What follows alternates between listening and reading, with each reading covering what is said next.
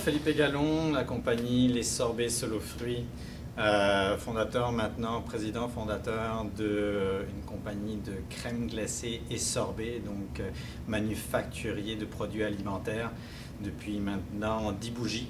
J'ai eu la chance d'avoir l'opportunité de vivre un petit peu dans 3-4 continents, l'Afrique, l'Amérique latine, l'Europe et puis l'Amérique du Nord, donc Côte d'Ivoire, Colombie, France et Canada.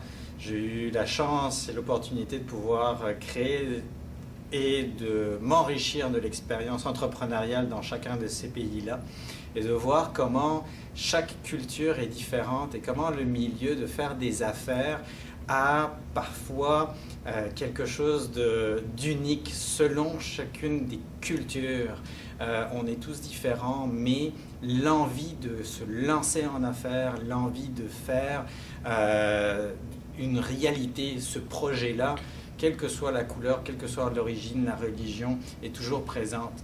Il faut juste savoir que certaines cultures sont plus pointilleuses que d'autres, certains sont plus relax que d'autres, et ça, après, lorsqu'on fait des affaires au niveau international, ça peut nous jouer des tours. Moi, la conclusion que j'ai à faire de tout ça, c'est que je prends les meilleurs côtés de chacun d'entre nous, et ça nous bâtit une force et un caractère unique en tant qu'entrepreneur. Et c'est de là que le projet qu'on est en train de lancer va prendre de plus en plus d'ampleur. Donc, avoir voyagé, travailler avec des gens d'autres origines et d'autres cultures, ce n'est que plus enrichissant, quel que soit votre projet. Dans mon cas, qui sont les fabrications de sorbets et de crème glacée, c'est l'accumulation des saveurs d'ici, d'ailleurs, les adapter au marché local et de les lancer dans la grande distribution. On est distribué à travers l'Amérique, le Canada, pardon, et un peu les États-Unis au niveau des grandes chaînes de distribution.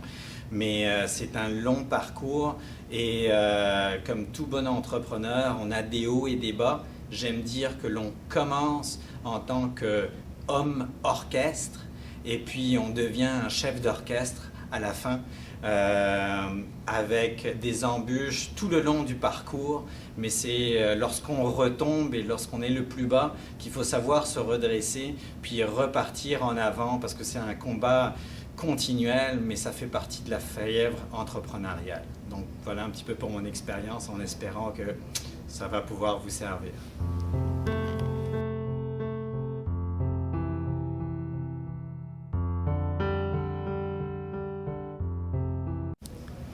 Sur 10 ans d'expérience entrepreneuriale, on commet tous des erreurs.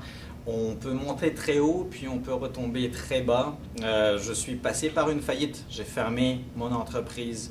Je croyais tellement à mon rêve que tout simplement l'idée était là. On a reparti l'entreprise, on a tout relancé et on a fait en sorte que cela fonctionne. Parce que tous les entrepreneurs, comme toute personne, on apprend de nos erreurs. Mais s'il y a quelque chose qui m'a également aidé, c'est de m'entourer de bonnes personnes, puis de personnes qui sont plus compétentes que qu'est-ce que vous êtes capable d'offrir au niveau personnel. Entourez-vous des meilleurs dans chacun des créneaux, parce que ces gens vont être une richesse pour vous, pour votre vie personnelle et tout simplement pour votre entreprise.